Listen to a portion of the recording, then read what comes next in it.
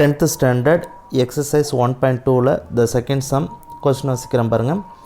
let a equal ஓட value வந்து பார்த்தீங்கன்னா 1 2 3 4 45 ஓட கொடுத்துருக்காங்க.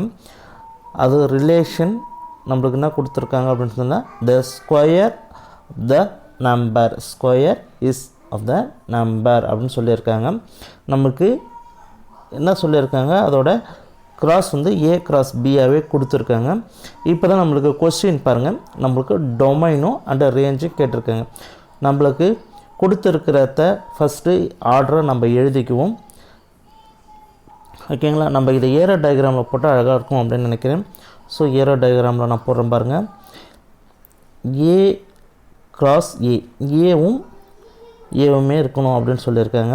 ஸோ நான் எழுதுகிறேன் பாருங்கள். ஏவோட வேல்யூ வந்து 1 2 3 4 5 6 7 8 அப்படின்னு சொல்லி எழுதிக்கிறேன்.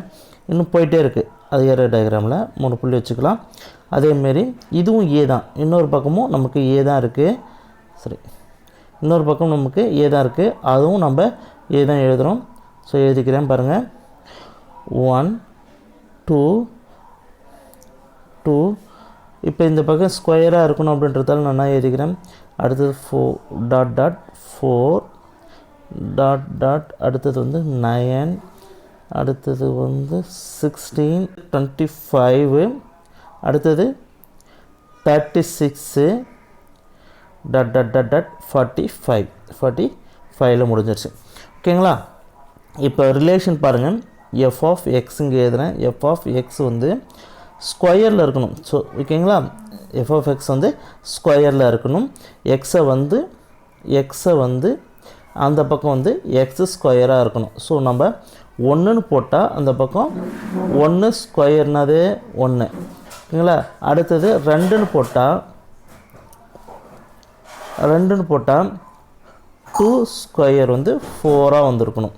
அடுத்தது 3 போட்டால் நமக்கு ஸ்கொயர் பண்ணால் நம்மளுக்கு ஒரு 3 ஸ்கொயர் வந்து 9. ஓகேங்களா, அடுத்தது 4 ஸ்கொயர் பண்ணால் நமக்கு இந்த பக்கம் 4 ஸ்கொயர் பண்ண ஆன்சர் இருக்கணும். அது 16.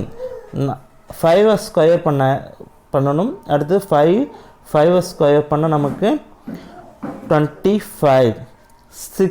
6 ஸ்கொயர் பண்ணால் நமக்கு என்ன வரும், 6 ஸ்கொயர் பண்ணால் நமக்கு 36. 7 பாருங்கள், 7 ஸ்கொயர் பண்ணால் நம்மளுக்கு என்ன வருது பாருங்கள். 7 ஸ்கொயர் பண்ணால் நமக்கு 49 வந்துடும். ஸோ 45ஓட தான் நமக்கு இருக்குது. ஸோ இது கிடையாது. ஸோ இதுக்கெல்லாம் நம்ம அம்புக்குறி போடலாம். 1க்கு 1, அடுத்தது 2க்கு 4, 3க்கு 9, 4க்கு 16, 5க்கு 25, 6க்கு 36. ஓகேங்களா, முடிஞ்சிச்சு. ஸோ இதுதான் நமக்கு ஏரோ டயக்ராம்.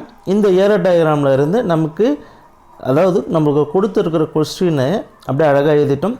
லெட் அந்த ஏ கொடுத்துருக்காங்க. ஏவுக்கான ரிலேஷன் வந்து ஏ கிராஸ் ஏவே வந்து ஸ்கொயர் நம்பர் சொல்லியிருக்காங்க. அந்த ஸ்கொயர் நம்பரை எழுதியாச்சு. இப்போ இதுக்கப்புறம் ஃபைண்ட் டொமைன் அண்ட் ரேஞ்ச் கேட்டிருக்காங்க. டொமைன் அண்ட் ரேஞ்சை நம்ம இப்போ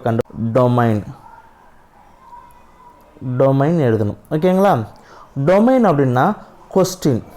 ஓகேங்களா, டொமைன்ன்றது வந்து கொஸ்டின்.